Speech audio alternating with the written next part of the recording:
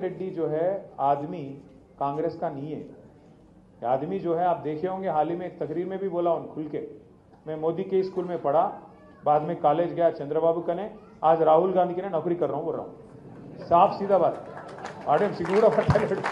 నేను మోడీ దగ్గర చదువుకున్నా, ఇక్కడ రాహుల్ గాంధీ కాడ ఉద్యోగం చేస్తున్నా, మధ్యలో చంద్రబాబు కాడ కాలేజ్, హై స్కూల్ మన దగ్గర చదివిండి, అది చెప్తలేడు, మనం వెలగొట్టినాం।